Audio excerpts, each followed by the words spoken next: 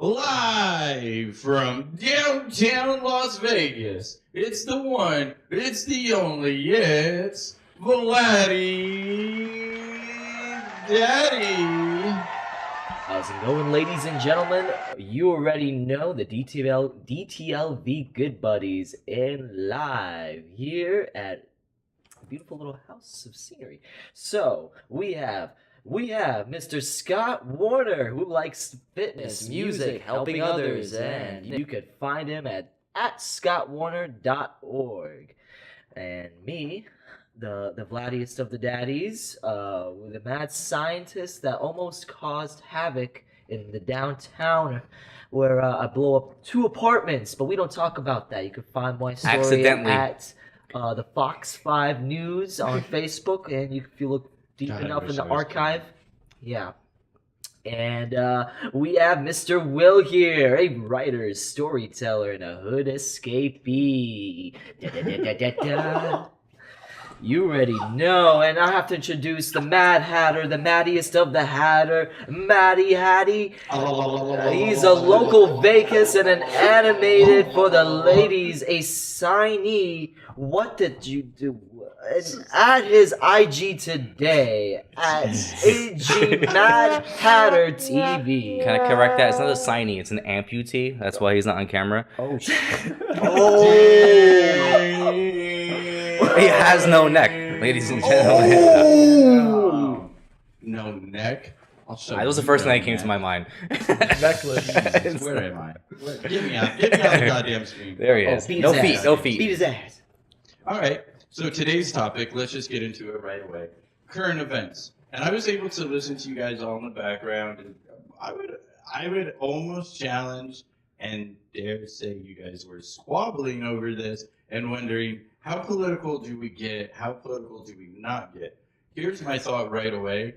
The more political we get, but just respect everybody without saying stupid shit like, no, you're wrong, you're dumb, you're stupid. Keep it an intelligent conversation. No, I think I'm we dumb. can have fun with I'm this. wrong. I'm stupid. I think we can have fun with this. Right, yo, you want to call yourself stupid? I don't have a problem with that. But I think the basic is just have fun with it. And so let's just start out with the first one. Because this one, I'm so curious. Do you guys even know about the peace in the Middle East? Well, oh, now hold up. Let's just start with a huge one. Anything? I've heard there's peace in the Middle East, and it wasn't because of America. Or was it because? And is that why nobody in America knows about it? Because we can't take credit for it. But can we take credit because we actually left it alone? I learned about it in the Borat movies, so. Well, I mean, I scroll aimlessly through headlines all day. I haven't, it's odd to me I haven't come across it. Oh, really? Yeah, so maybe. So do you know what countries I'm talking about? Yeah. Are you talking about, like, Palestine and. Imagine Iran. Okay. By the way, Iran has nukes. And Saudi Arabia, and they have nukes, and they're neighbors. Mm-hmm. It'd be like America, or better. It'd be like Canada and Mexico being neighbors, and both of them with nukes and hating each other.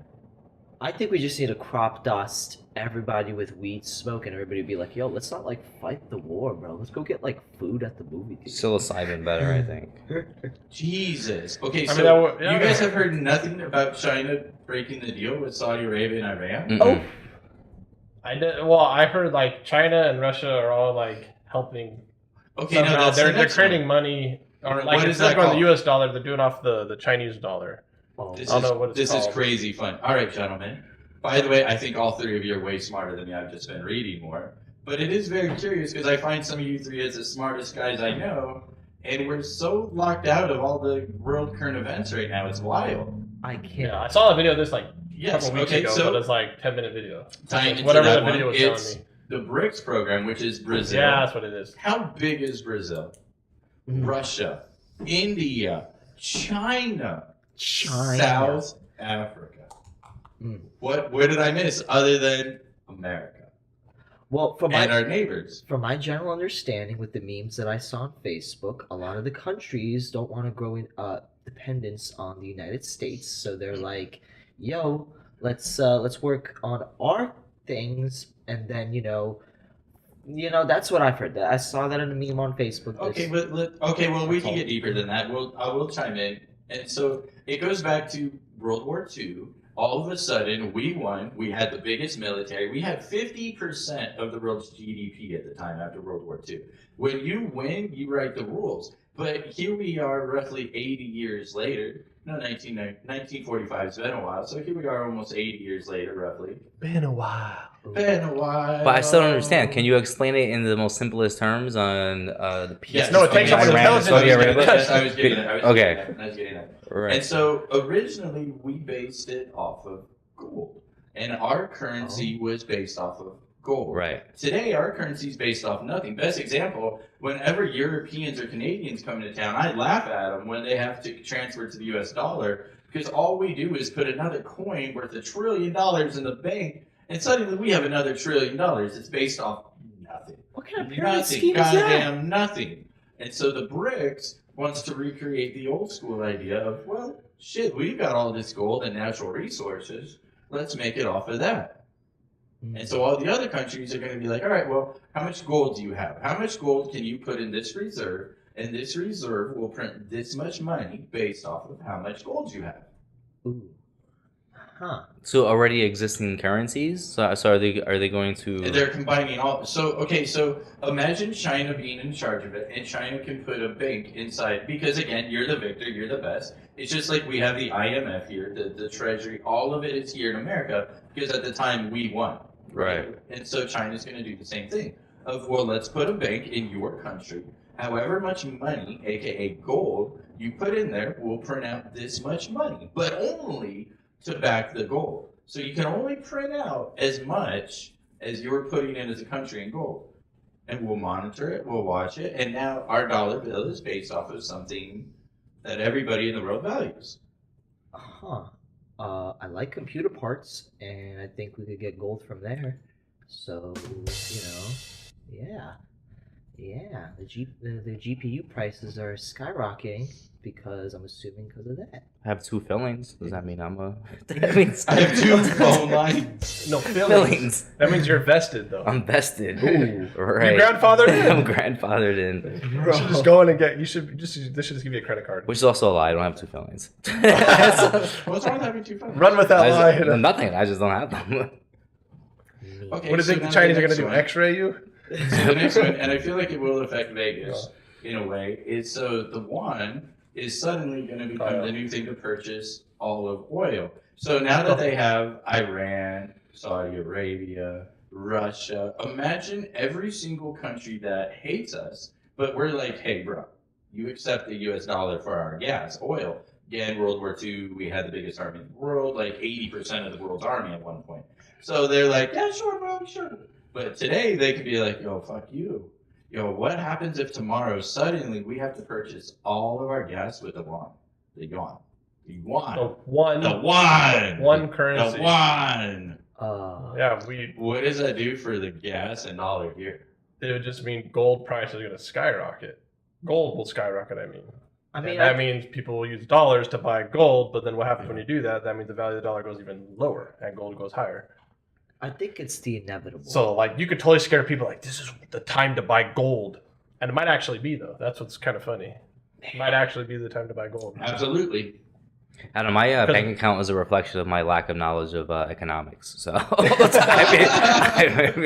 school me, please. Yeah. Okay, well, we could talk about that. I mean, Well, we were on. into I'll the- talk about the gold standard. So you American, I understand the gold US standard, The gold yeah. standard. Well, those that don't, like the 1974, I think it was 1974. Around that time, we got off the gold standard, meaning that we're just going to print out excess money because I think they had a temporary problem that they wanted to solve. It was like, oh, let's just print money, but we can't just do that because we're supposed to have only 1-to-1 to the gold, kind of like how U.S. Tether is supposed to be, with U.S. dollars or whatever. It's tied 1-to-1. That's accurate. Basically, but then they said, no, let's just do it because we need to raise the ceiling, and then that's when everything went out of whack. Started to at least. I know at least like The value of the dollar a decade just ago, went down. 80% of all of the U.S. currency was digital. Right, so I don't know how Well, that. not like physically printed out. Right. Oh. Yeah, so that makes it even easier. And think about it: if you go to a bank and borrow, say, $1,000 or whatever, okay, so they just created money. They didn't actually I'm saying now they just added $1,000 onto like the whole giant ledger or whatever. From someone else's bank account, though, right? Well, That's how I they don't use know. it. Well, right? I hear this. Okay, let's say the opposite. I hear that if you put $1,000 in the bank account, that bank will lend that same 1,000 to 10 different people because they know they're only going to pay like $40, $50 a month on the 1,000 or whatever. So they actually can lend it out. But but since it's digital, they don't actually have to have like the physical paper. They could just Right. I think they could just create money digitally anyway. That's what I think is really going on. Because I don't think, like you said, if it's 80% printed, that was like 10 years ago. It's probably even worse than that. Right. Yeah, so I had to look it up because that didn't sound right.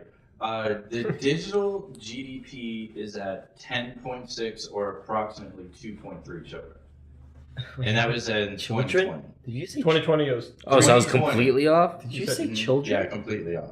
I thought so. Interesting. I mean, all right. So it goes back 2 to to 3 about children. 50, about That's what it sounded like. 50%. Yeah, 2 to Damn 3. YouTube conspiracy Well, videos. so here's the other fun fact. About 50%, mind you, in 2020, about 50% of the U.S. dollar wasn't even held in America. It's held overseas somewhere.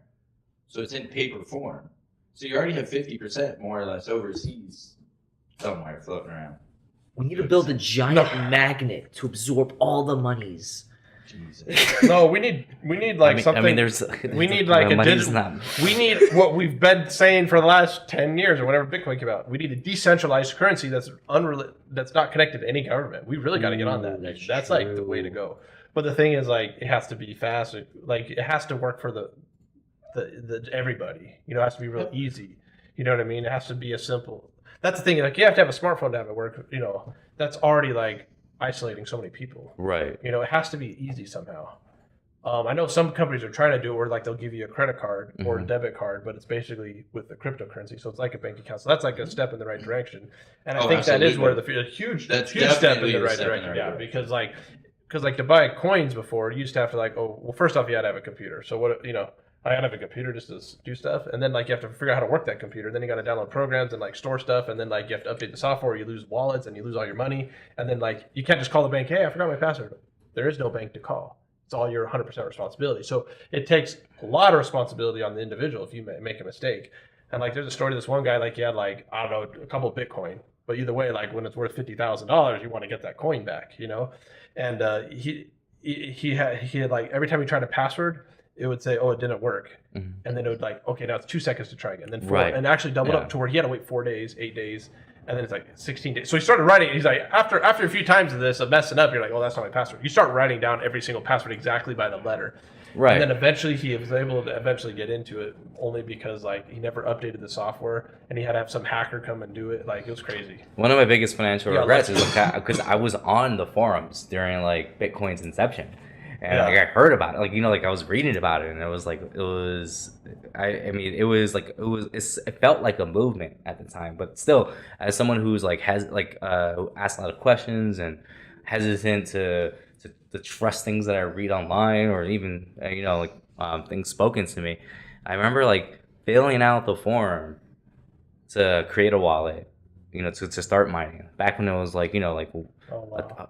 100,000th of a penny, you know, and didn't do it, and then lo and behold, you know, like 15 years later, 10 years later. I have a sneaking suspicion that cryptocurrency is the one in charge for destabilizing the economy because of, for example, if somebody has like a cryptocurrency that's like, for example, $50 billion in a cryptocurrency, you know, and you're like, man, I want my $50 billion out of my cryptocurrency world thing. I'm gonna...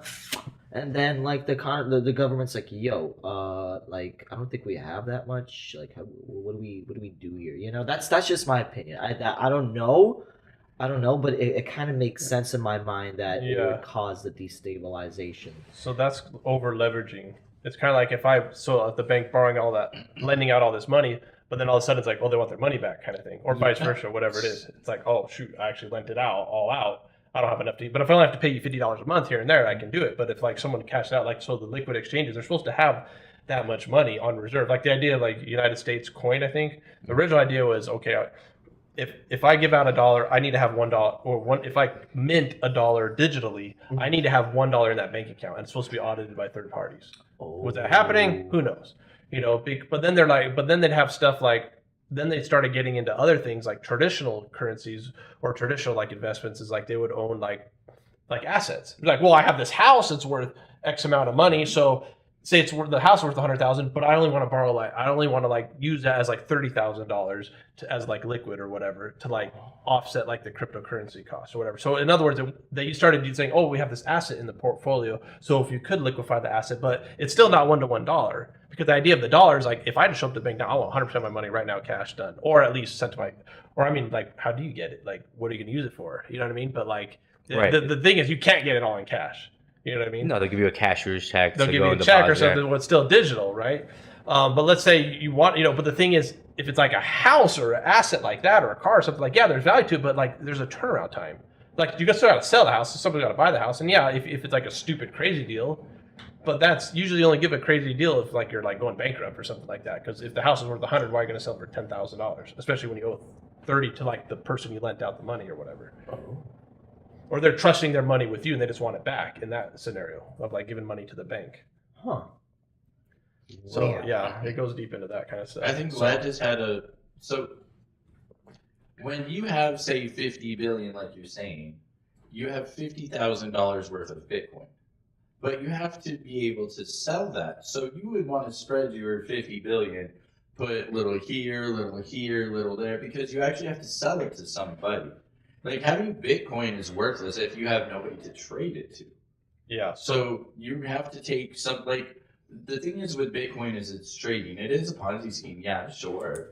But you have to actually have a real winner, a real loser. Like a real human being has to be putting up real money, whether it's a bot or a person, whatever. But there's a real register, and so there's only so many people willing to pay it that slot, and then as you sell, it goes lower and lower and lower. Right. And lower. So just to give it a definition, what I was telling you about how it's a stable asset would be like, okay, I'm putting my dollar in because later I want to get the dollar back. But he's saying if you're like Bitcoin, that'd be like a fluctuating asset.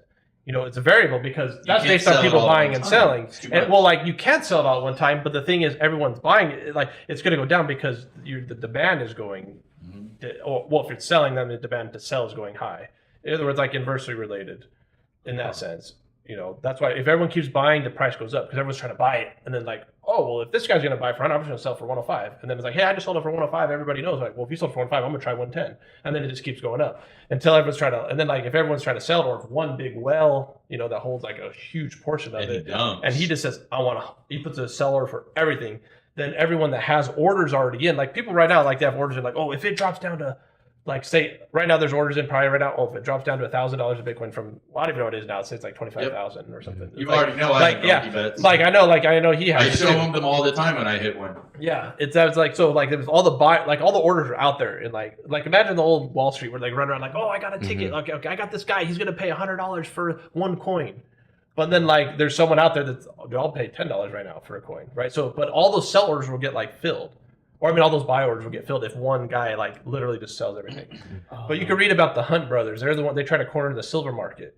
They try to keep buying all. Well, I don't know if I think indirectly they might have tried to like get the gold market too. But like basically they're just spending like billions of dollars like of just buying all the silver. And then like the price was so high, but they end up losing it all because then like other things defaulted where they needed the cash to pay off stuff. Because werewolves weren't that big of a problem that they thought it would be.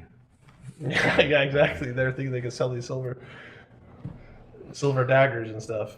Oh, those in the 70s and 80s. Yeah, the Hunt brothers. My dad loves talking about that story. I'm just picturing like in like 10 or 15 days or months, we just got like a gold bar in our pocket and a little scraper. And just like, oh, how much is that slice of pizza? Let me just get my gold bar here and just like,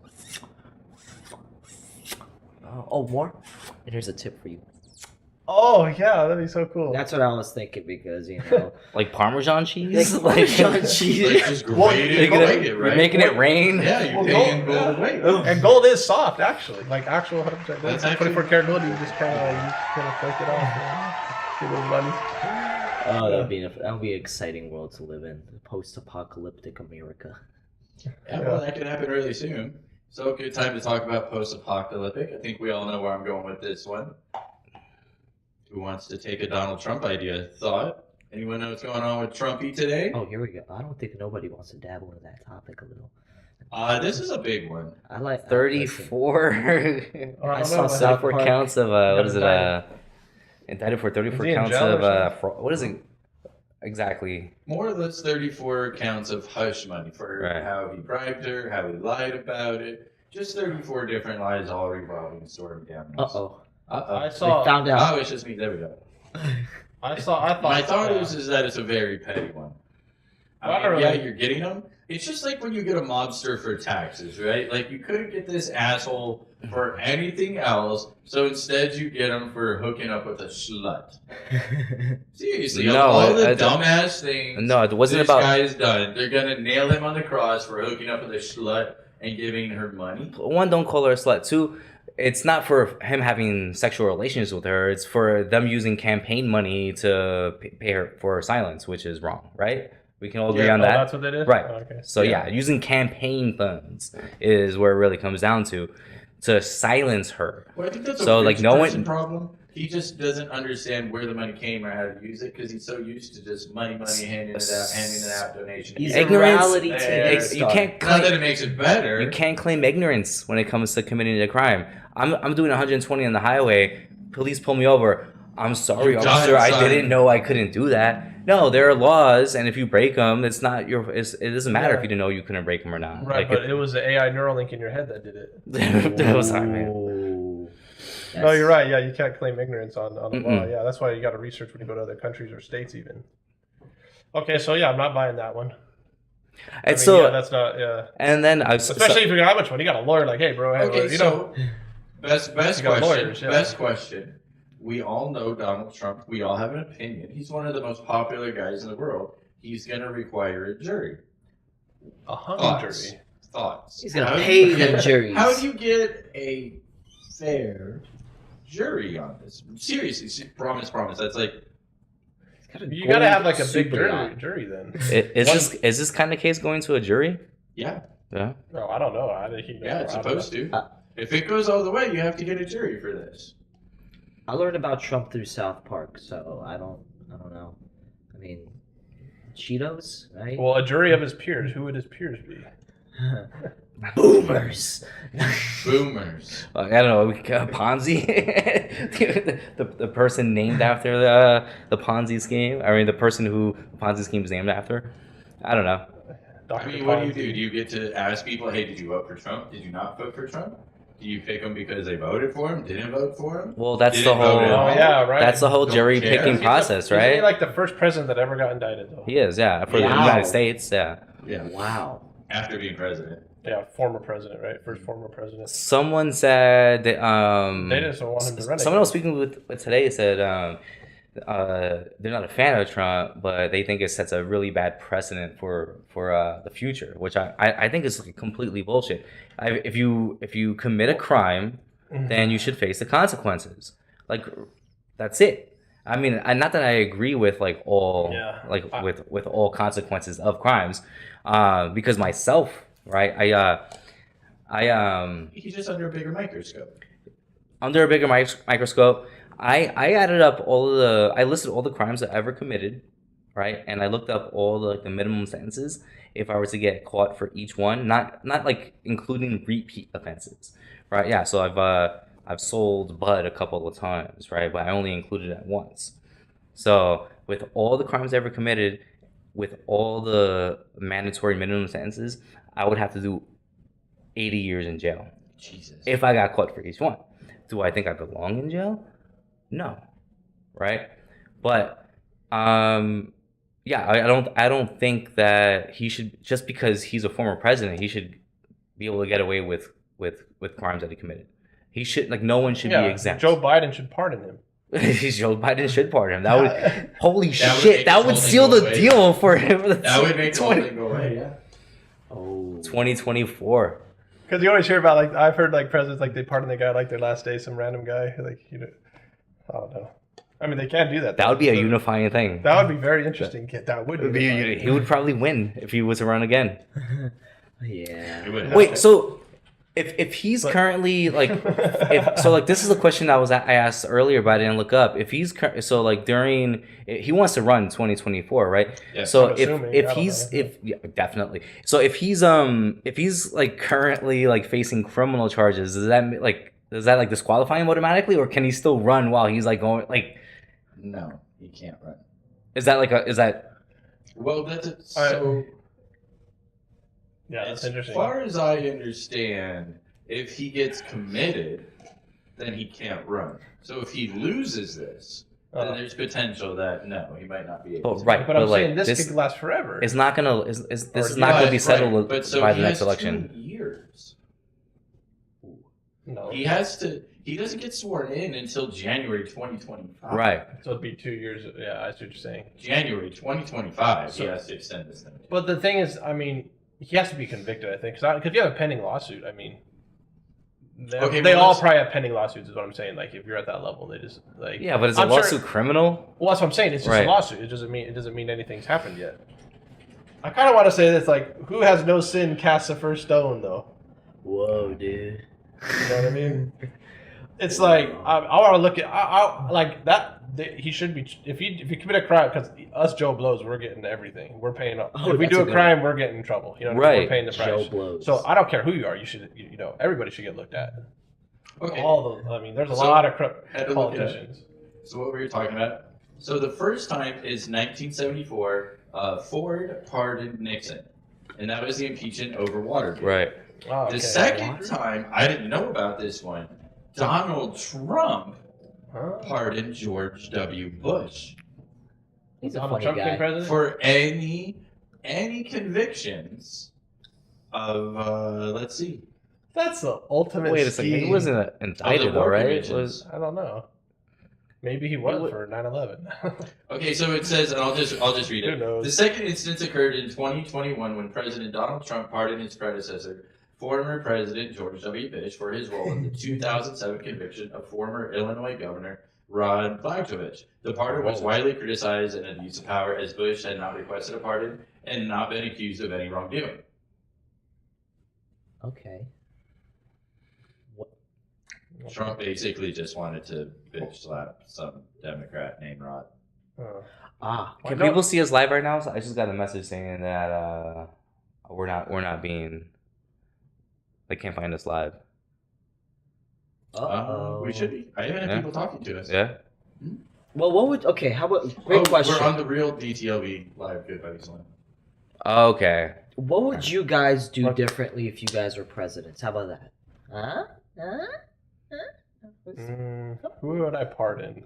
Well, if you were president, I would go golfing. No, I'm just kidding. Okay, you go first. No, I'm trying. Yeah, you go first. What would you do? If I was idea. president, here's the way that I would Somebody put born it. in Latvia. This should Someone born in Latvia. You know, which country unfortunately, I can't be president of the United States. Granted, I really wish I was born in the United States, and I'd put myself in a little stepping stool of being one. But the thing is, what I've noticed is if I did become president, I would find ways to allocate the funds, primarily that's being used for the military, and allocate it towards social programs that improve the morale of the citizens of America.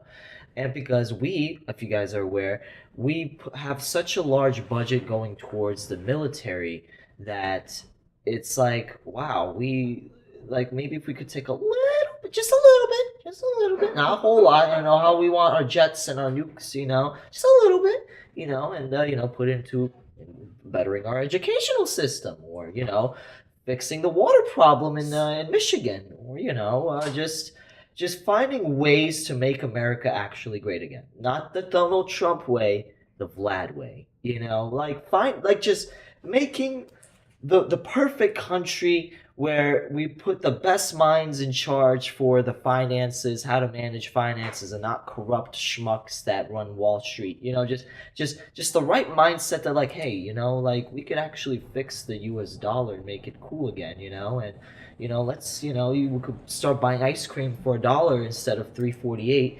And you have to tip them another $2 because that's how convoluted our cultural system is here in America when it comes to tipping. But we don't get to that. We don't want to get to that. The way that I see it is, if we had non-corrupt minds in the pedestal that are not brainwashed by monies, you know, I feel like we could have a good little system here going in America, you know? Wait, you say a system not by money? No, it is by money. We're not talking about communism, guys. You know, just right there. You know, I don't know much about communism. Believe me, I love capitalism. I love the idea of opening up a business and pursuing what makes you, you. you know, because that's what America is, capitalism. If we all, instead of, you know, working for the man and replaced with automation and then, you know, have our own businesses where it's like, hey, you know, I'm going to work on battery development for the United States while Scott over there is going to be working on amazing medical breakthroughs, and it's the government's like, hey, here's money for you to work on that, you know, make America that country where we could build that scientific advancement.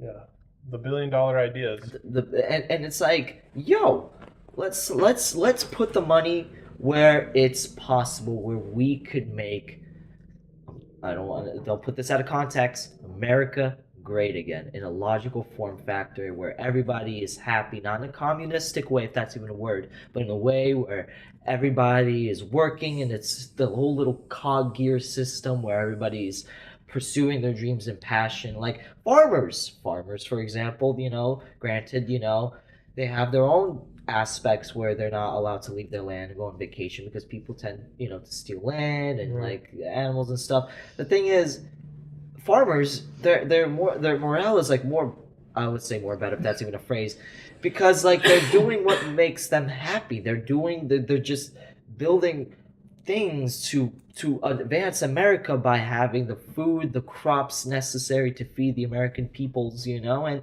that's just my take on it, you know. If I was president, I would put the best minds in charge and be like, yo, you're really good with finances. I see your portfolio here. I want you to manage the American financial system. Or you, Jeffrey, I see that you're really good with the military tactical aspects.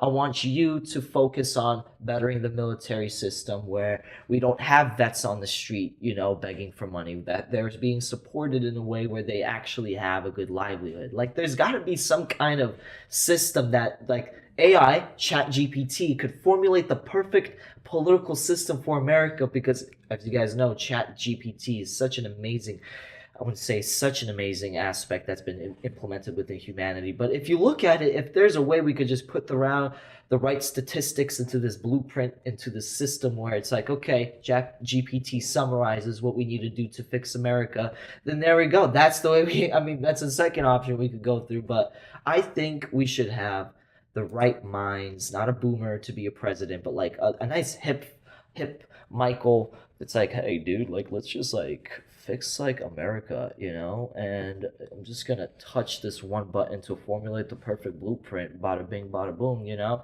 But that's just me. Wow. That was awesome. Oh, thank you. Wow. You know, like we're serving a great purpose.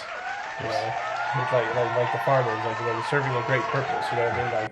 Like if they're, like you said, if they can't even travel, or like, you know, they got to stay at home, or they got to stay in that work environment, like that's great, or not courageous. That's honorable.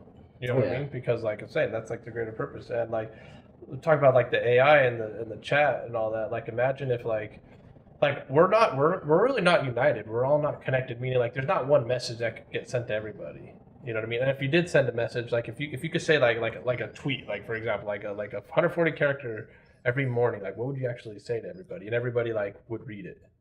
Like that, I'm saying just having that ability would be super powerful, but it could also go good and bad. You know what I mean? Because like who has that power of what's everybody going to be seen? But like it's hard to get everybody like united, but it is better to be united than it is to be right. I think.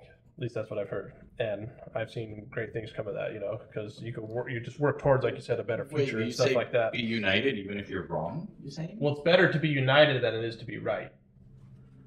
Like if you're like I'm right, but nobody agrees with me. Okay, what's the point of being right? But if like I'm half wrong, but like we're going in the right direction, or I got everybody on the same page at least, that's a better scenario. Well, yeah, okay, so I agree with that in that sense, and I guess we'll pull it in hockey for a sense where right or wrong, like, you know, I line up a bunch of plays, but at least everybody knows that might be the dumbest play ever. But at least everybody knows what direction, where you're going, how to react, and what to. Well, that's a perfect example. Yeah. Because like something like this is a stupid plan. Why are we strong on the left side? Because that means we're weak on the right side.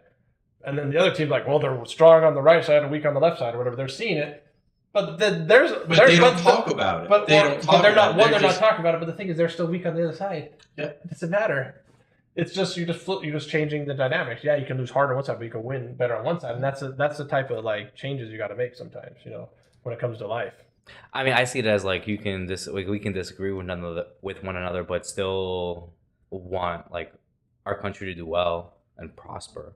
You know, like we have Right. different politics, different religions, different ethnic backgrounds and classes, but I still want to see you do well. Right. I still want to see your kids do well. Like there's no no malice involved. That's a common ground we have to keep Right. working towards and keep establishing it. I think keep establishing it. I like that. Yeah. Because I mean, yeah, find what we could agree on, or like just everybody. Like, hey, can we agree that we don't want people to be homeless or whatever? Right, and I As an think example, you know what I mean? I mean So, I think so. what we do about it is different, though, of course. Because then it's like Well- where do we spend money, where do we put our resources and time? But that's the debate part. What Yeah. would you do as president then, Mr. Will? I try to focus on like I guess Maslow's hierarchy of needs. Like shelter, right? Affordable Okay. housing. I would decriminalize drugs. Universal health care. Free education all the way up until your master's degree. I would. So you would make colleges free? Who would pay for that? So when you decriminalize drugs and you it costs so much more money to like send someone to jail than it is to like educate them. I know. I heard it's like $80,000 a year. It's to crazy. prisons. Yeah, Wow. or even 100 probably now. It's not wrong. But yeah, go ahead. No, yes. Right, and we can definitely reallocate funds, right? Right. I mean, what I would do, like you, what I would like to see happen is different from like actually implementing policy and figuring out what the money comes from. But like I feel like we waste a lot of money in a lot of things. But yeah, so decriminalize drugs, universal health care, a free education.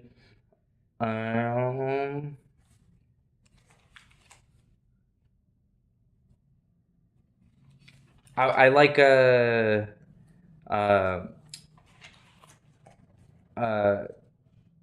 daycare, free daycare for parents, That's a good one. and then like a countrywide minimum wage, right? So it's fair for people. Yeah, those are just some of like the basic things that I would like to see in my lifetime, right? Because like we're supposedly the greatest country in the world, but out of the developed countries, we're still one They're of the laughing at few who don't have universal health care, right? And we can argue all day, well, we have the best health care, but still, like, what point does it matter if like I need to get my leg fixed for $80,000? Well, it's the same problem of like people in third world country where like, well, yeah, I need that fixed, but it's 10,000 miles away or 1,000 Right. miles away walking type of thing. right, and I It's have like no it's like okay, you got this operation, yeah, you need to have it done, but it's like, oh yeah, it's $800,000. You're like, oh okay, well I'm not having that. Or even if it's 50 grand, like dude, like Mhm. yeah, those are. I big mean, problems, yeah. abortion rights, Roe v. Wade, like unoverturned. Like, man, those are the basic things that I would change off the bat. That's not bad. I like that. I like that. You want to take a stab at this? Oh, I want to hear Scott's. Come on, Scott. No, I'm just feeling it. Well, No. I want to say this one thing. Oh, about, like, you're gonna be a good president. Come on. About it.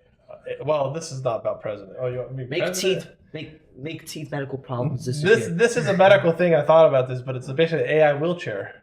AI It wheelchair. just because I was thinking like I was sitting down in this chair and I'm like I have to go and move there. Like imagine if like the chair would just like move me into the room. Like it just had the whole map. Like it knew where the floor was and it just like moved me Oh, into like the you room. just like Yeah, like I'm on a stool Go. and like I gotta go to this other room, but it's like if I just was sat there and the stool would just take me to where it needs to go. And then I thought, oh, AI wheelchair. Is Self- self-driving that Wall-E? capabilities. Did you not just describe Wall-E? Probably, I don't know, but like, I even saw this thing like AI. They're like making it in like even like cutting grass. Like everything's AI now. So I think definitely AI is a future. So I would pardon AI on all the future crimes it's gonna make. No, I don't know what I would do.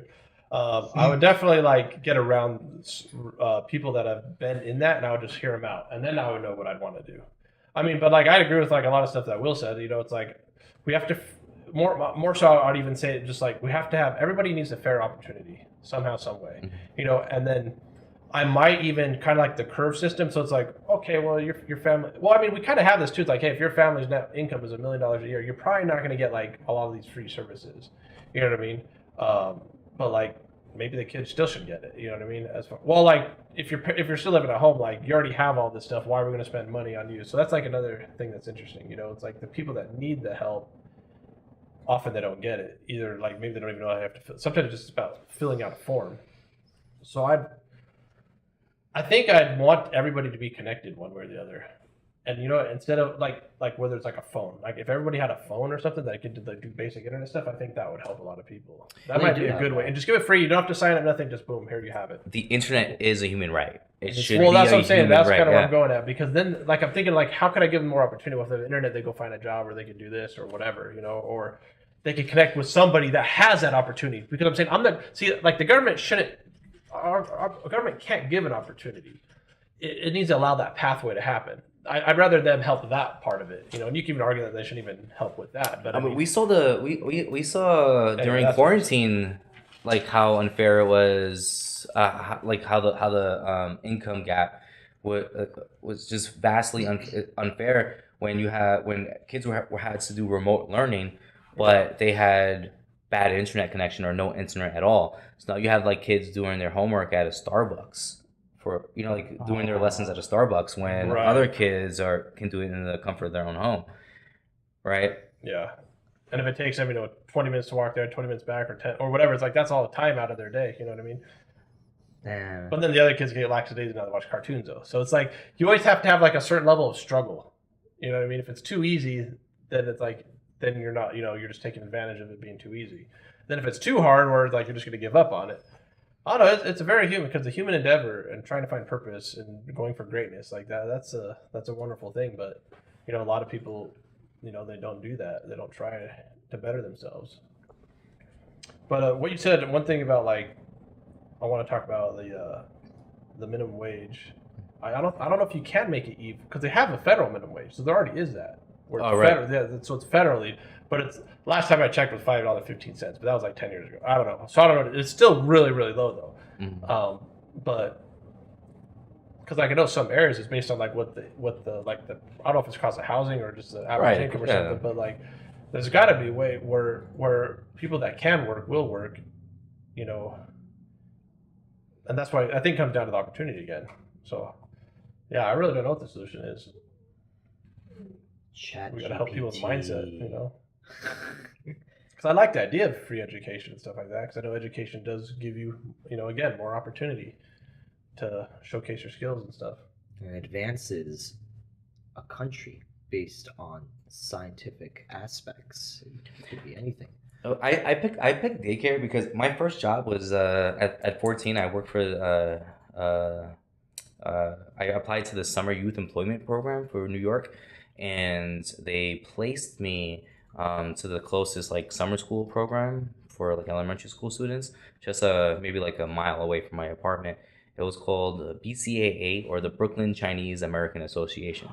So now this is a nonprofit organization that that if you're an Asian American from the ages of like, I want to say like 2 to like 15, then it's like free daycare. They have dozens of them in Brooklyn, right? And it's free for any American Asian, right? And so now you have parents, right, who are working, and can't pay for daycare, but they put these kids in the BCAA during the day. From 2 years old, they're getting socialized, they're getting daily lessons, learn how to read, right? And so like there's like this stigma, or there's like this the stereotype that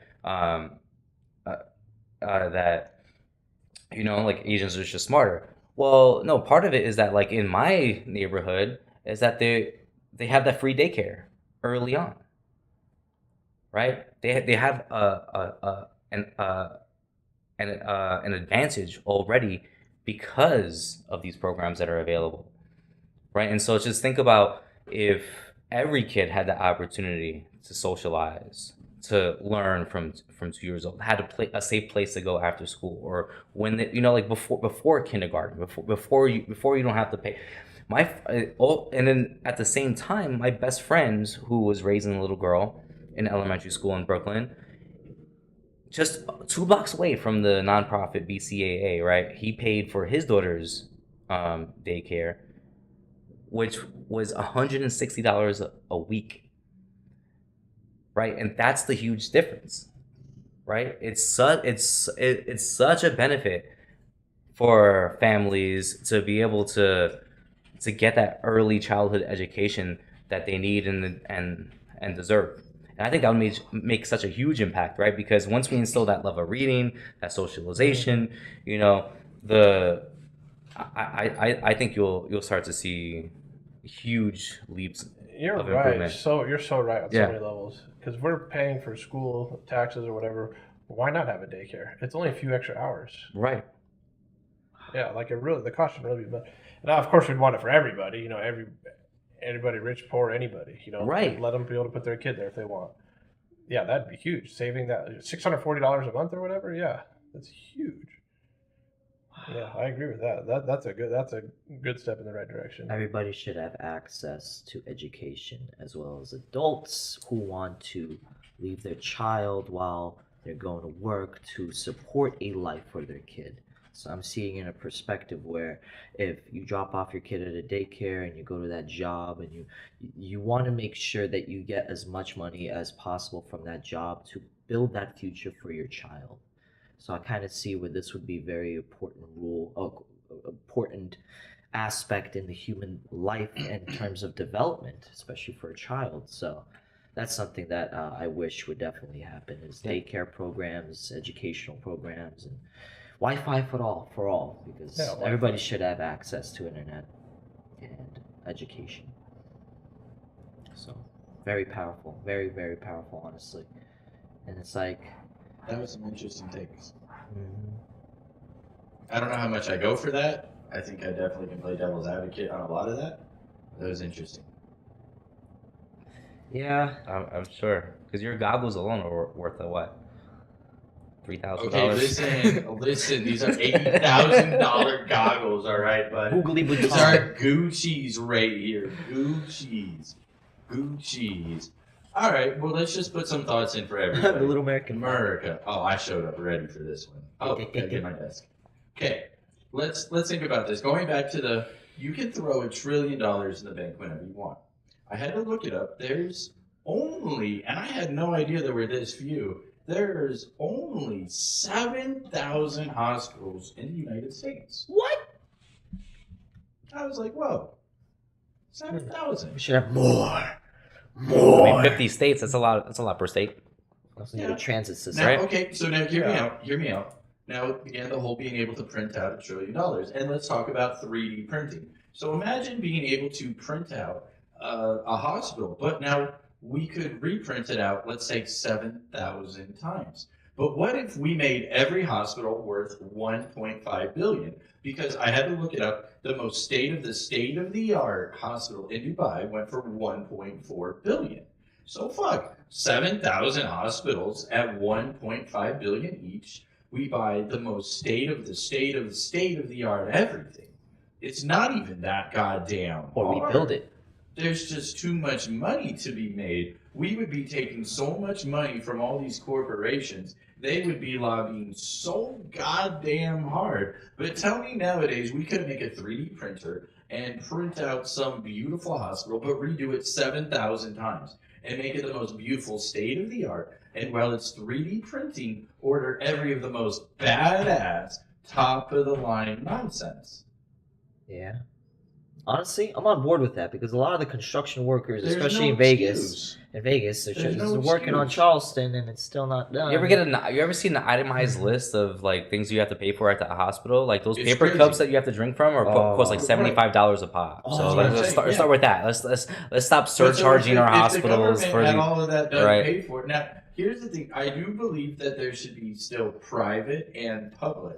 But if the public healthcare starts at a minimum of a $1.5 billion healthcare center, with say every doctor getting, I don't know, $500,000 pay guaranteed, how is that not going to get people to flock to go there? I guess you're right. And so, if you want better than that, hell, knock yourself out. Moving into the next one, I think we could do the exact same thing with schools. Turns out there's under 100,000 public schools. So what if we made a brand new school, every brand new school, at $50 million? The same concept. We still haven't even come close to burning. So that's $1 trillion. Oh, We haven't even come close. Between the hospitals and the schools, we're not even close going through that $1 trillion yet. Wow. Same theory. And I was sold on the one. We create a 3D printed object, make it $20 million, state of the art, the best of the best. It's right in front of us. The best desks, the best schools, the best laptops, whatever all of it. It's right there. But there's so much money, again, for these corporations. Think about how much your school books cost in college. They still, to this day, sell college books. You have to buy hardbacks in college. What a fucking joke. No audibles. What a joke. Terrible. And that comes to the whole idea of automation. Because, for example, if a teacher is at home teaching all these billion-dollar schools from the comfort of their own home through like a robotic, cybernetic robot entity that's like beep beep, like automation, unfortunately, is the inevitable because it's going to replace a lot of the jobs in the world, because a lot of corporations can flip the switch. McDonald's, Burger King, they could be like, oh man, everybody's demanding too much money, I'm going to flip the switch and replace them with robots that are automatically going to burger flip. The thing is, the only downside with that is you're going to put a lot of people out of work. We have to find ways to alleviate that prior to putting that aspect in. Why do you think that? So why do you go for the negative right away? Now, imagine a computer so smart that it can actually find a job for everybody. Why does everybody have to get asked out? If the computer is so smart, we're programming it. Why can't we find the perfect amount of jobs? Like, why can technology not create more jobs? Why is everybody like, oh, it's going to take... Damn right it is. Just like myself, for example, the 15-year-old, hell, the 10-year-old me never thought I'd be like a taxi driver, but I'm not. I'm an Uber driver, which, yeah, there might be a difference, but technology took someone's job. Yeah, sure, fuck you, taxi drivers, but it created a new job. And you could argue even more, because now, instead of just staying on for us, for example, on the Strip, I go and I service the whole damn city. Where a taxi driver, ask anybody who is here during the taxi era, maybe they'll pick you up, maybe they won't, but you didn't rely on them for work. So technology actually made more jobs, not less. Now, inevitably, the technology is going to get rid of, say, Uber drivers. But then you find something next. I think about it like this: like, what if all of your needs were met, right? Like, you didn't have to worry about paying for food or shelter, right? It was like more like community based, and this is like very like an ideological way of thinking, right? This is like a utopian idea, right? But like, if you just had to donate like 20 hours of your time a week to something that you're passionate about, right? And it might be gardening, right? It might be working at a food bank, right? It might be maintaining the computers that are running our lives, right? If you had just to donate 20 hours a week to maintain the system, like this utopia that we have in place, right? And then you can spend the rest of your time fulfilling whatever passions you want, whether it be travel or art or whatever it is, right? I feel like if you all were contributing evenly, right? I think for me that's like my ideal. That's my ideal world that I want to live in. It sounds like democratic socialism. It's far fetched, and I don't know if what we're seeing. I doubt we're going to see it in our lifetime, but okay. Well, I think capitalism is amazing, but I don't think capitalism should be held. How do I word it?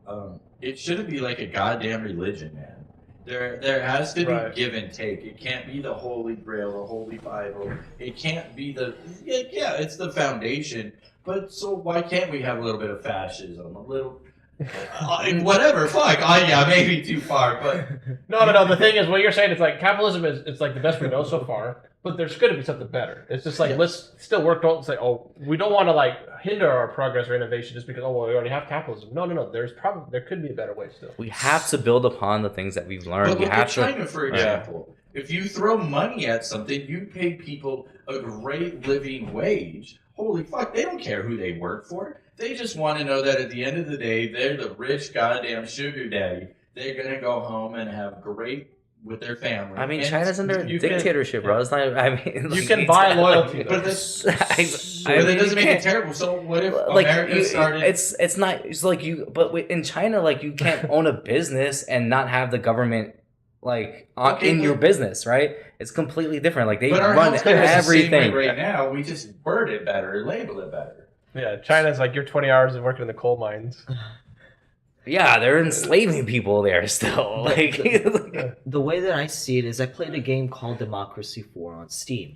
And it basically and it's a really awesome game because you really you have to really think in this game. And I've played the game to the point where I've created the perfect political party, which is called Democratic Socialism, where it's like accommodating everybody's take on how to improve the world.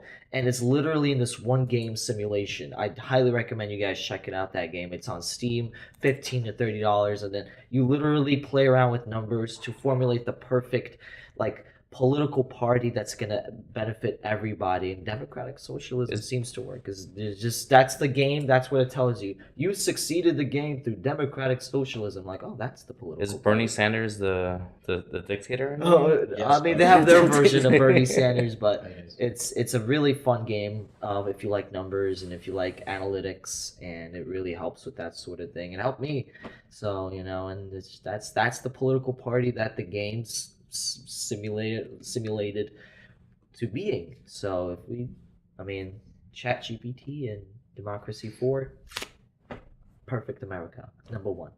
So Number 1. You were right, Bob. Okay, so anyone want final thoughts there? This was definitely interesting. I felt like we had a much more. This was fun. This was is interesting. fun. Yeah. I feel like so. If I was to make TikTokies on this, goddamn, I would sell that as this is the American view on the rest of the world. And we didn't even talk about France. Do you guys even know what's going on in France? oh my god, Yeah, they just got rid of the raised French fries. the retirement age. They're Oh. protesting that. Oh yeah, how, like 4 years they're trying to do it or something. oh, by 4 years. I don't understand this. Yeah, it's a lot. if you're it's a, Especially if you're It's a expecting lot. that money. Yeah. right. Imagine it. What's the current retirement age? Well, okay, so my I take thought on it was that 62. is they should have just raised it 1 year at a time. And then 5 years later, raise it 1 more year. 5 years later, raise it another year. But Imagine. they went for too much. They went for Way too too much. soon. Yeah. Imagine It went like. from 62 to 64, so only 2 years. Oh, 2 years. Imagine I being know 61 and like you're like So- at your wits end. You're like finally, and then the government just 1 more What? year on the grind. Yeah, 1 Plus more, 3, but now it's bro. 2 more years. I'd be upset. Well, that's the thing. A lot of us aren't going to have Social Security. I mean, only Social Security. You know what I mean? We don't have like some job that's just paying us, or a government job or whatever. And like some government job, you just work 20 years and then you get a pension. Mhm. Now some of that's military, whatever. But like, a lot of jobs are like that.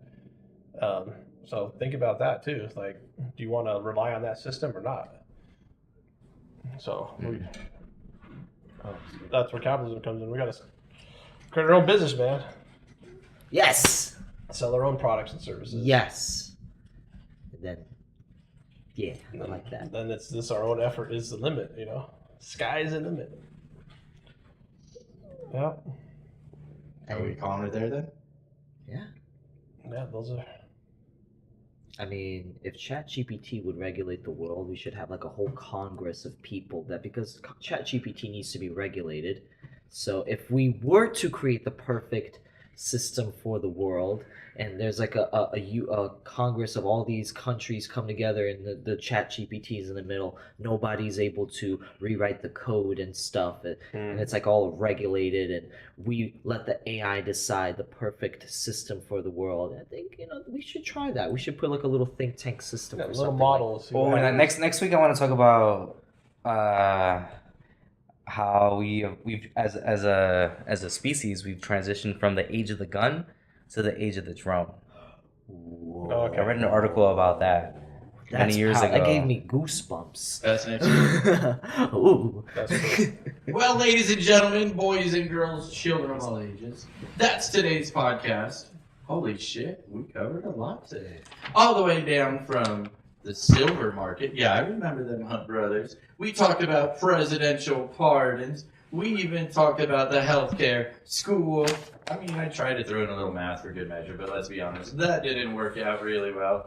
As always, there's more to discuss. Tune in next week as we've got the one, the only, the Scott Warner. This man's into fitness, the music, and helping others.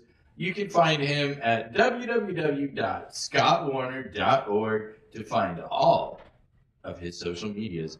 And we also had the one, the only, Dank _ Labian. Make sure to add him on the Instagram. The mad scientist himself. And don't forget the Will with the Instagram of I'm at risk. Because holy titties, Will is always the biggest risk. And that's my Instagram at Mad Hatter TV. That's right, with 2 D's, ladies. Because sometimes you need more than 1 D. So make sure to add me on that Instagram. Tell your friends. And we're going to take a break here. And will be right back. As Will is going to tell us all about his life. Ooh. And then some. So get ready, sit tight. We'll be back in 5 minutes. 5 minutes, and I'll have the Williams Show with you. It's the I'm at Risk Show coming up next. All right, guys, let's do construction.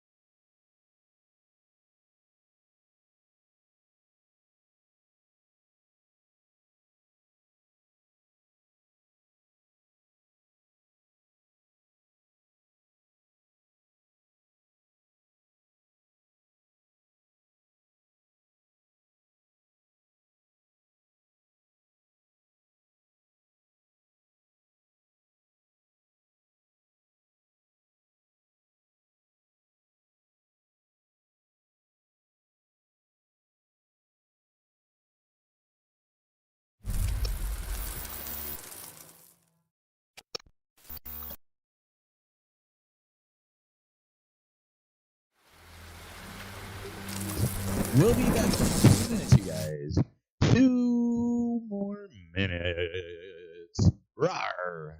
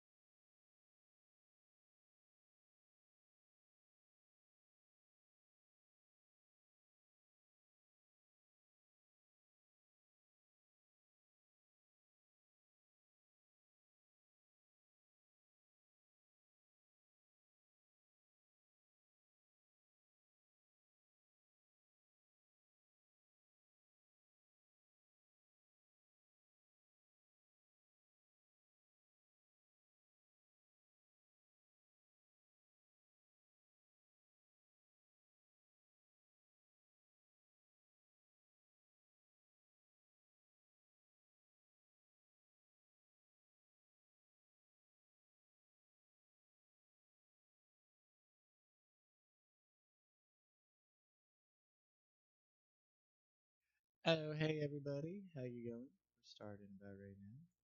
We had to reset up on something, but hey, we figured it out. Listen, we figured it out. It's okay. It's okay. We figured it out. We got there. Can you hear an echo? When I talk, do you hear an echo? I sound beautiful. I sound beautiful. Whoa.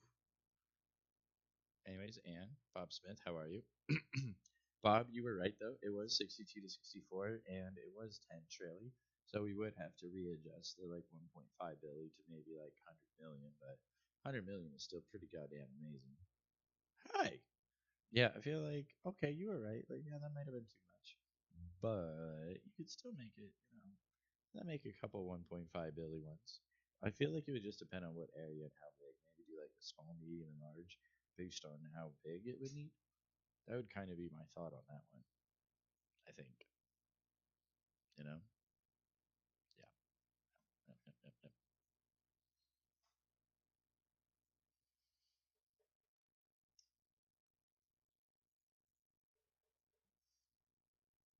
Yeah. What do you mean sheltering? Sheltering? Oh, I can't see what that makes. I can't see what that makes. I don't even know. I don't even know. What? Yours? Or not? I don't know. Just put it on the table. Probably Vlad's. No, it was yours. We're the only two drinking.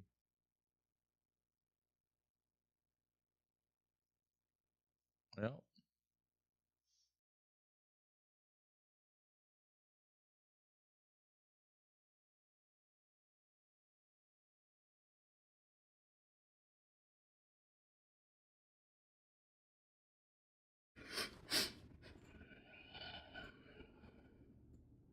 Further out, further out. I know you're live.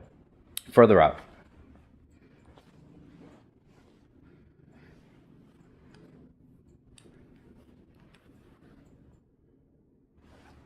That's beautiful. I love it. You're live. And messaging my peoples.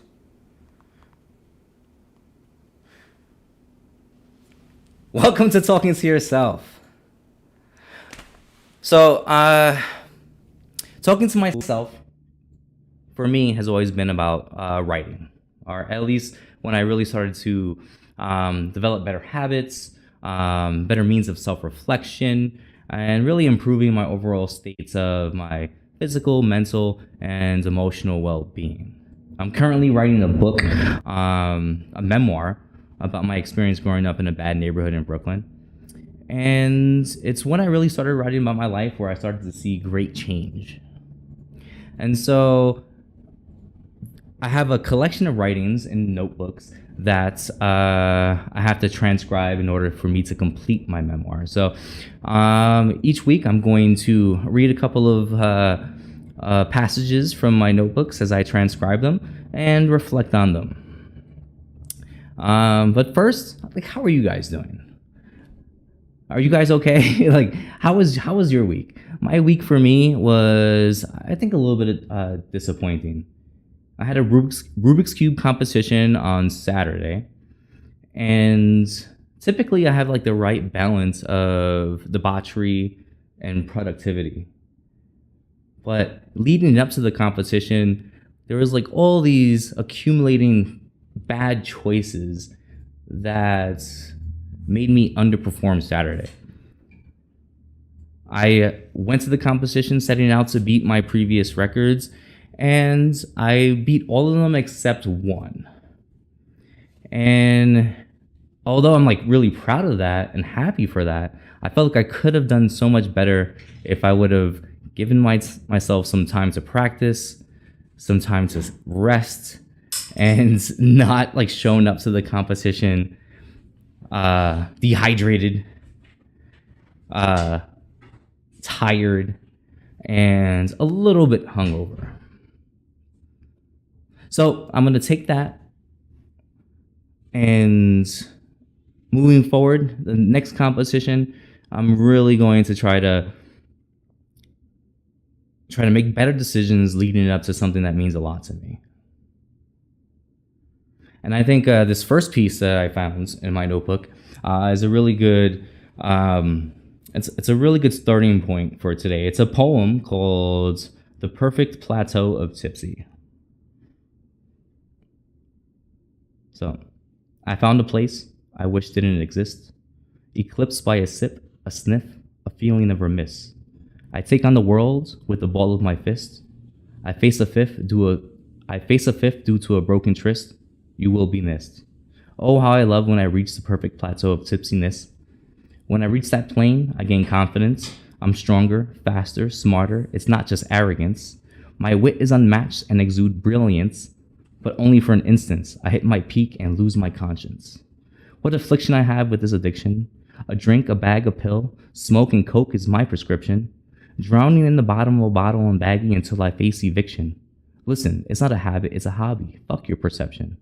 Oh, the perfect plateau of tipsy will inevitably lead to the death of me. Can I escape this plane and regain my sanity? Can I kill this monster that is inside of me? I try to cope, but there is no hope. What floats my boat sinks most. So I wrote this during the time, in my mid-20s. This is just after probably the worst moments of my life. When I was about 22, I was working at a movie theater, and I had gotten promoted to supervisor of the ushers, where I ran supreme for a couple of years. I would literally leave a bar at 9 o'clock in the morning to go start my shift at 10 o'clock in the morning. And it's when I started doing drugs. It's when I first started to really black out when drinking. And I hurt so many people during this time of which I call the super high supervisor. And it was rough. Like I physically assaulted some of my friends. I would insult every single person, like about like the worst, like racist jokes, homophobic jokes, making fun of obesity, like anything that I can like sink my teeth into. Like you would be the butt of the joke. And I, as a natural introvert, like social environments were a little bit harder for me than I think most people. And so I used alcohol as a means to make me more extroverted, rather. And I took it too far, right?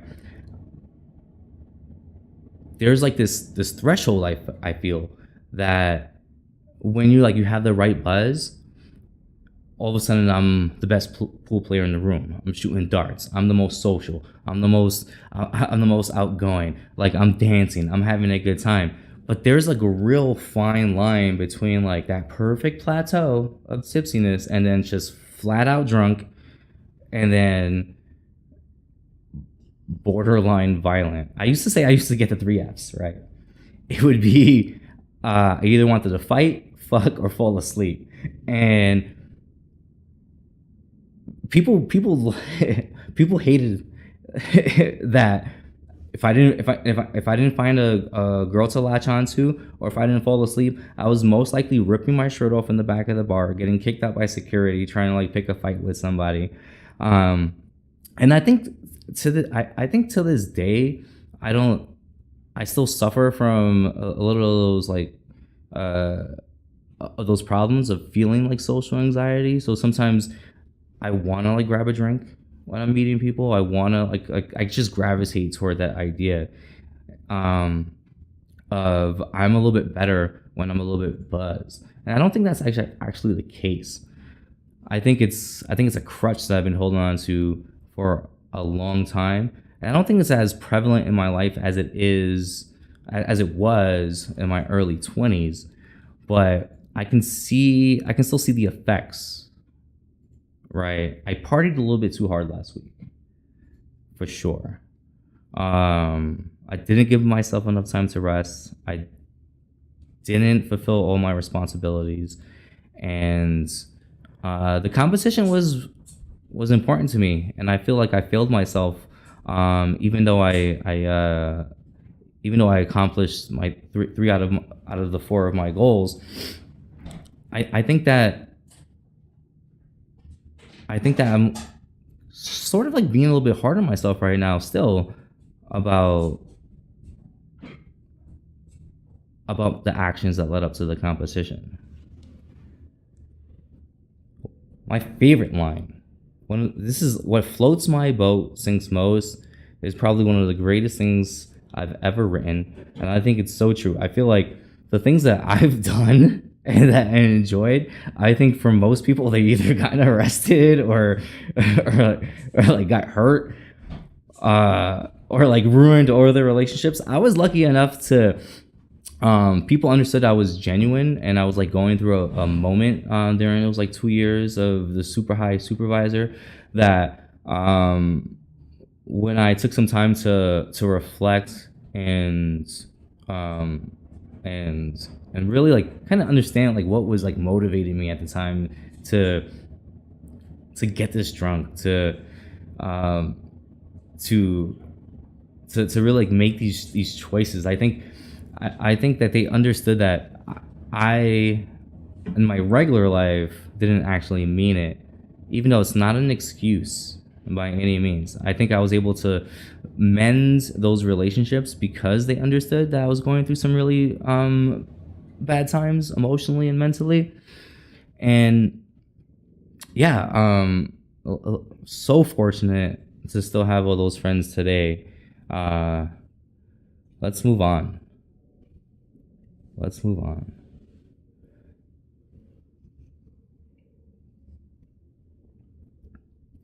Okay, this one's gonna be brief, but I'm currently going through this as again today.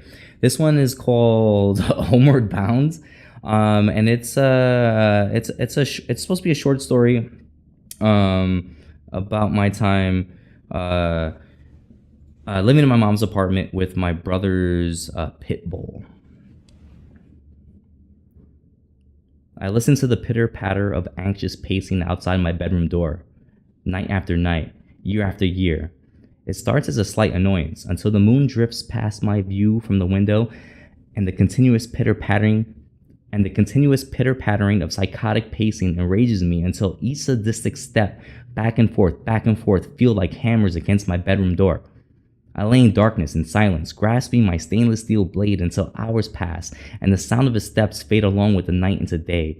My grip loosens, as does the tension between me and the beast pacing past my bedroom door.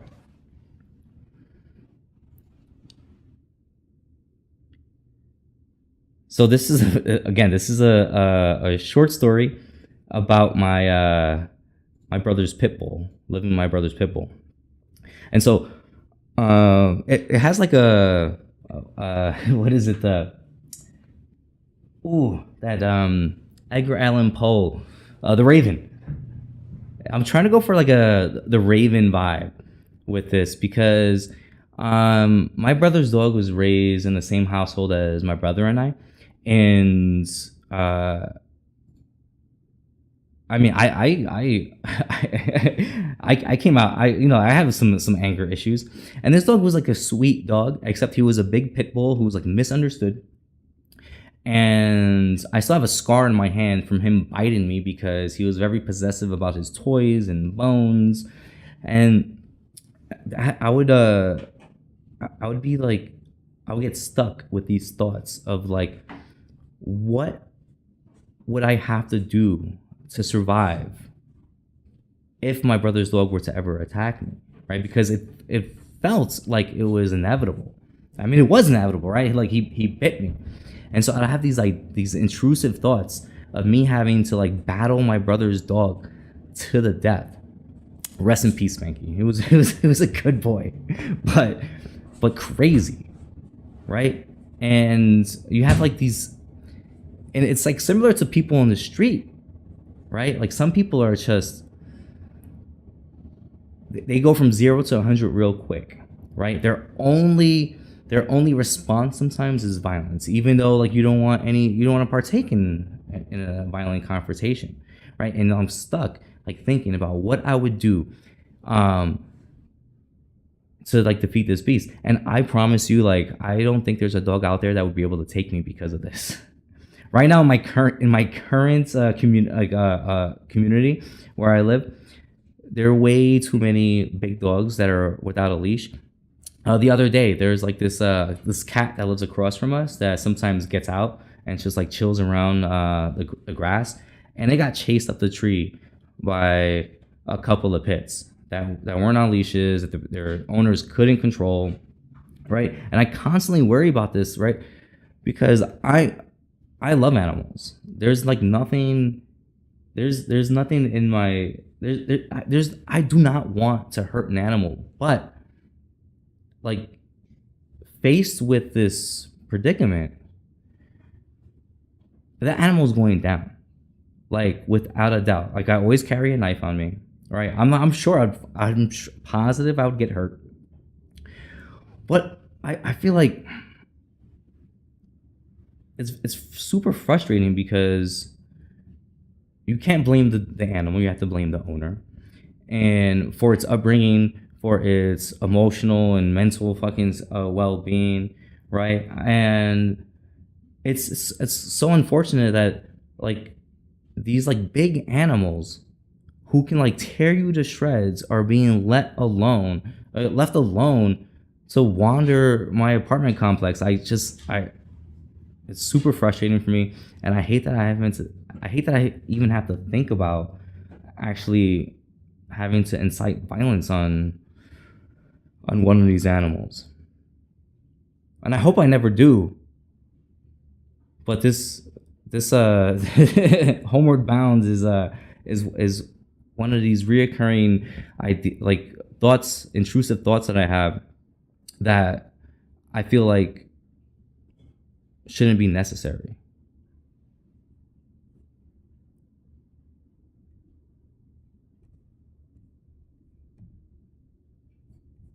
All right, move on to the next one.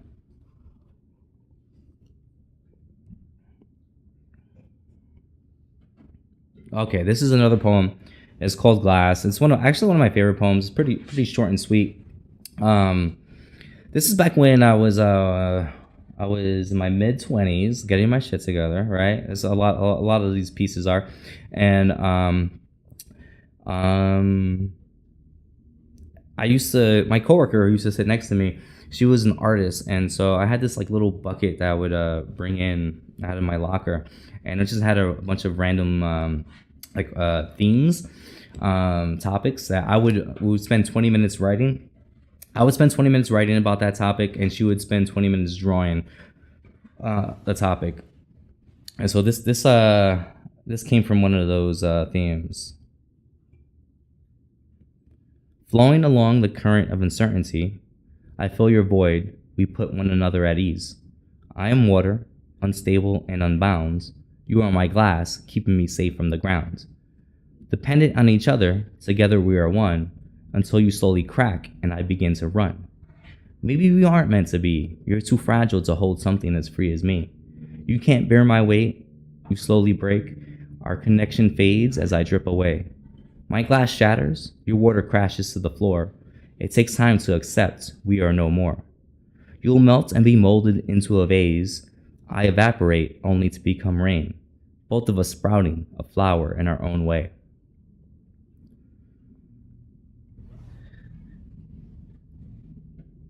So I love this concept of the glass and water.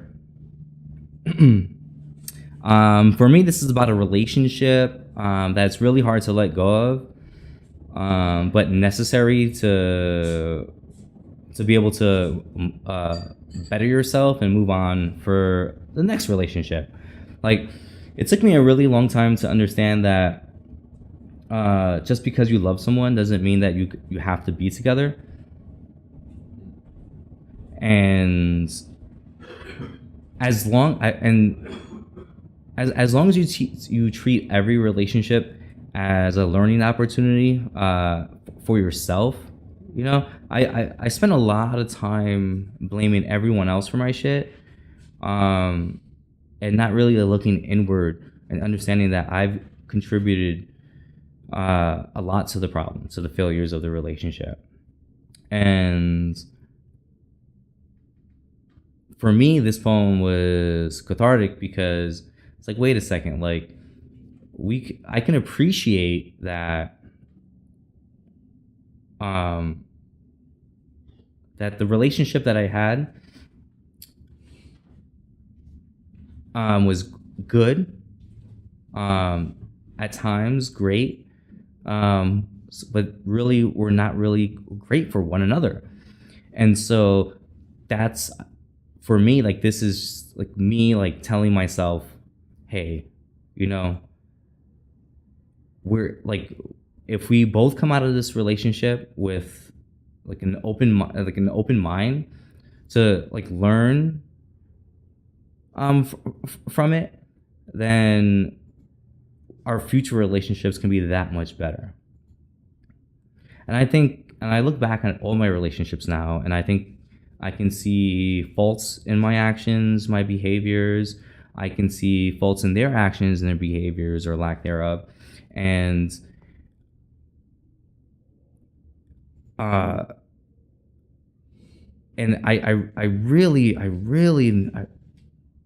so grateful for all my past relationships, because now I'm in the best relationship of my life because of this reflection that I had on these relationships, because I understand like it's not always one-sided, because I know that you can love someone and still not have to be together. So you'll melt and be molded into a vase. I evaporate only to become rain. Both of us sprouting a flower in our own way. And I think that's the most impactful part of the poem for me, is we both blossomed a flower in other relationships. Like we don't have to be together.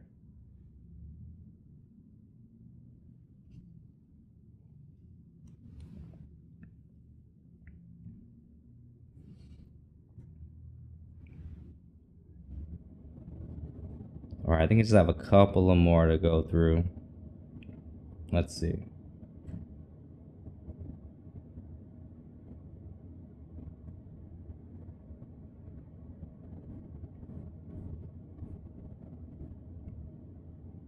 All right, another poem. The Electric Fence. I live behind an electric fence, inside an abundance of joy and heartfelt moments. Outside lie 10 seconds of redundancy that don't make sense. The dichotomy of my personalities make it hard to tell fantasy from reality. What you perceive to be, in all actuality, is fiction penned by me. I spew nonsense in my comments. I know your real life is just as far-fetched. No one listens to your cries, so you log on and vent, counting the likes before you hit send. I spend much time dwelling in this screen. The real me diminishes slowly, unseen. Yearning instant gratification like the common fiends, painting the perfect portrait of my life, hoping reality will be redeemed. My life interwoven with the interweb, my web identity will long live after I'm dead. Archived every ignorant thought, moments, joy, and regrets. Knowing this, I wonder why I still press submit.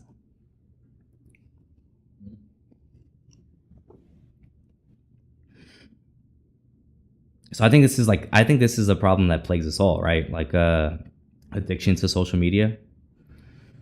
Like doing everything for the likes, for the gram. It's like at this point I think it's like been like overdid, and it's kind of cliche to even talk about like how someone can like look like they're happy online, but in all actuality they're probably like just as sad and miserable as the rest of us.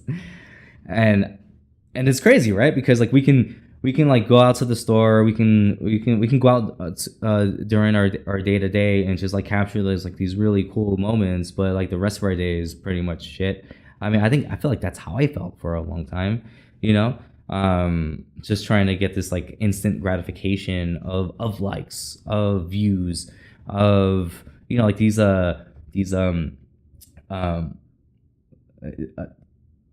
this instant gratification of being heard, being seen, and like convincing people that you're actually okay. I don't know. I don't spend a lot of time online anymore, and I think it's been benefit. I lurk. Don't get me wrong. I don't post a lot anymore, but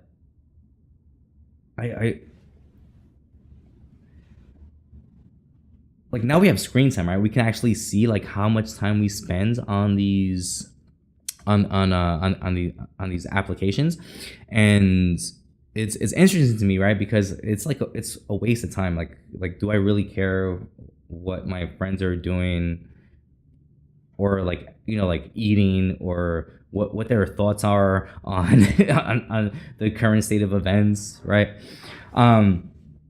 And when you really start to like get down to like how much time you're spending on these apps, right, then you can actually like make like these, like you can make things tangible, right? Like if you spend 2 hours a day on social media, well, like you could have, if you spend two hours a day like researching something or learning about something, right, it takes 20 hours to go from like knowing absolutely nothing about something to be relatively good at it, and that boils down to 45 minutes a day for a month. That's how I learned how to solve the Rubik's Cube. That's how I became an intermediate juggler. I mean, that's how you get good at a job as a new hire, right? So if you look at it in that sense, right, you're not really benefiting from posting online often by just endlessly doom scrolling, right? It can be considered pretty much a waste of time, because it has no benefit to your life. It's not going to get you a better job. It's not going to get you more educated. It's not going to give you it's not going to increase your skill at anything, right? I guess unless your job is social media, and that may be a little different. And it's still like, I feel today,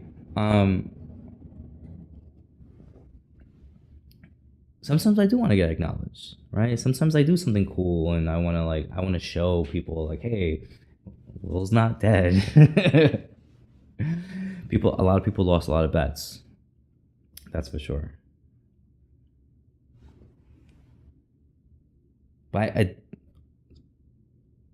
spend a lot of time. I mean, this is like MySpace days, you know? This goes back to MySpace.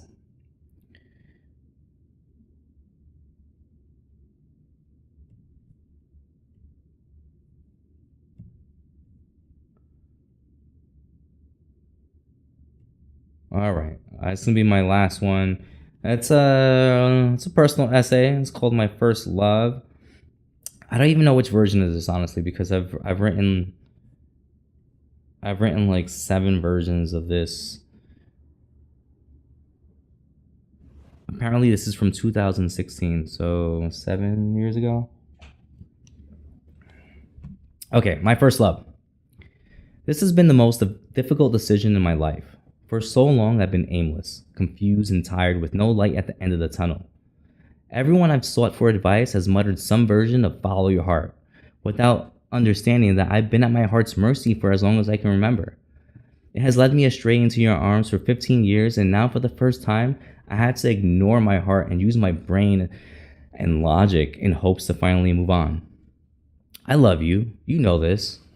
I hardly have any memories of my life without you. Even though we were on and off throughout the years, you were my first love, my one and only true love. I promise you. You save me from the hardships of reality every time I think about being without you.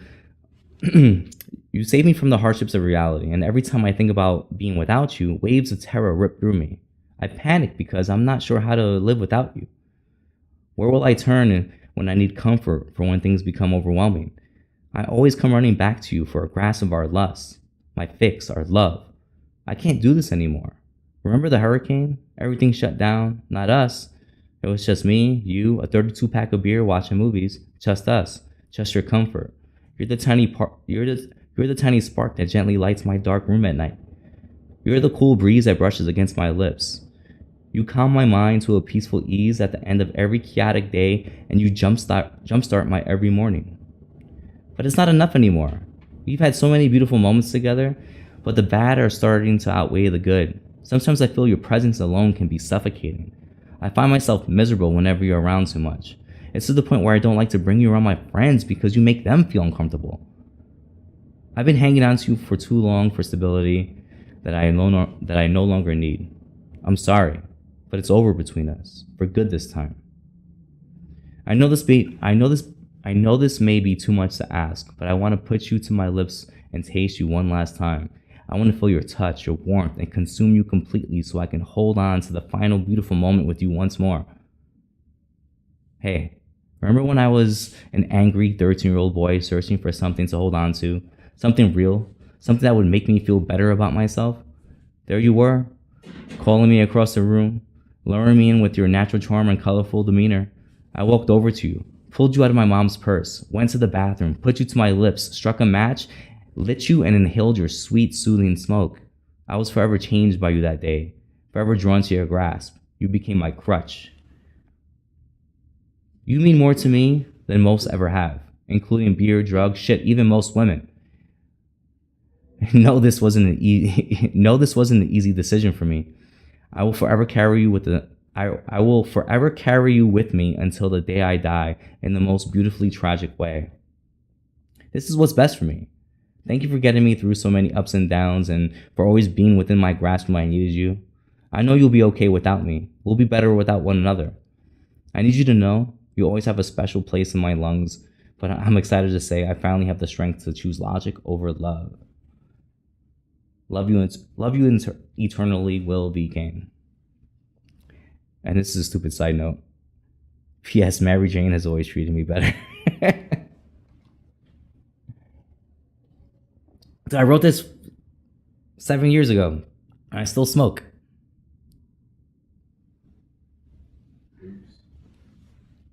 So one, I really love this concept, and then I want to say like 6, 7 years ago, the rapper Logic, he made a song called Nikki, which is short for nicotine, which had the same exact concept, which kind of infuriated me because it was better than this. But I think smoking to me is just it's a lot like a destructive relationship, like a toxic relationship. It's, you know, especially the longer you're together, the harder it is to let go. Like you don't know anything else, and you see that with little hints of the writing, right? Like, oh, you feel like you're suffocating me.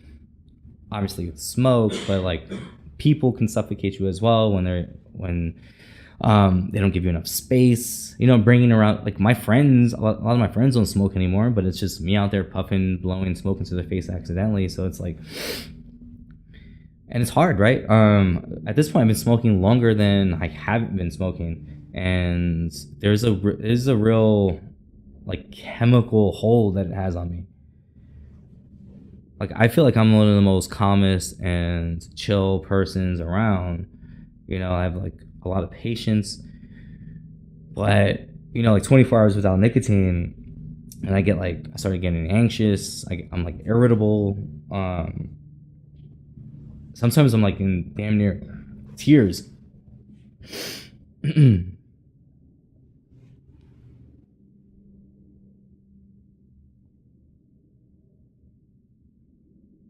I've tried a bunch of things, right? Just like, you know, like take nicotine patches, gum. I don't know. There's like nothing. There's just nothing like smoking. And like Kurt Vonnegut says, smoking is society's only acceptable form of suicide. And I wonder like how.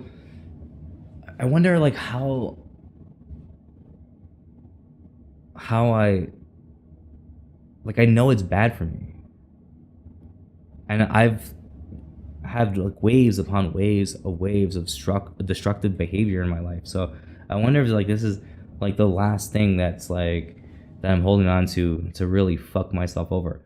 You know, like is this me slowly killing myself purposely? I hope not. I mean, I don't.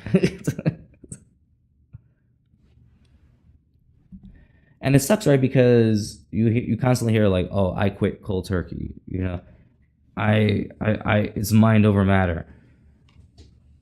And so, like, what does that mean about me? Does that mean I'm like mentally weak, emotionally weak? Like, am I not strong enough to quit smoking? right? That sucks to acknowledge, right? Because then, like, what else am I weak about? What else am I? What are other of my shortcomings? Right? I don't want to admit that to myself that I'm not strong enough to quit. He gets it. He's over here smoking and coughing up a lung over here. I was sneezing.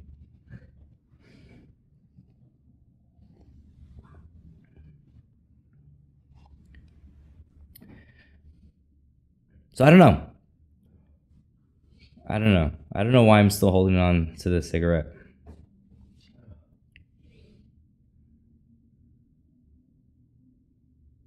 I don't know what else I should try. I mean, for me, it's like the oral fixation, I think. And I attribute my writing, sometimes my creativity with smoking, right? Or with like controlling my anger, right? So I'm at work and somebody upsets me. So breathe, take a step outside.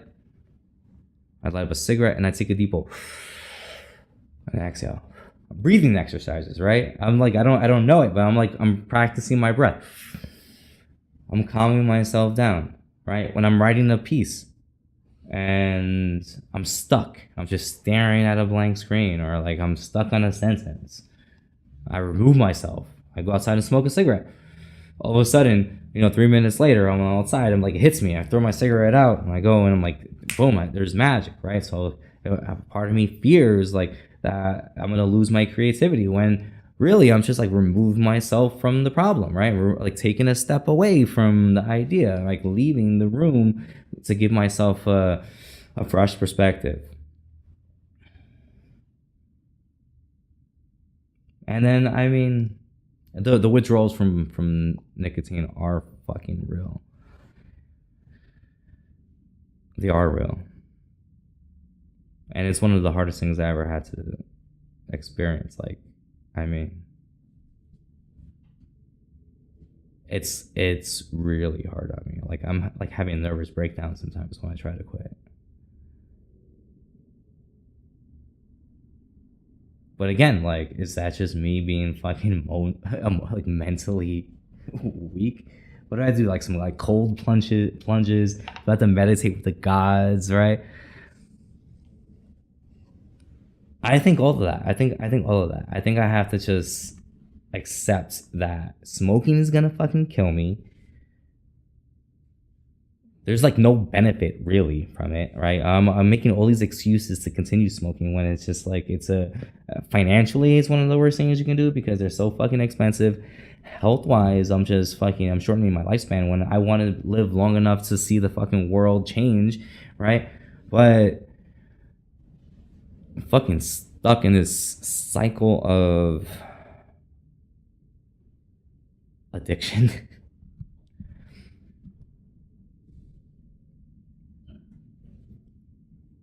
All right, that is gonna be it for today. Next week, I'm gonna have not smoked for 24 hours. I'm making that promise to you guys.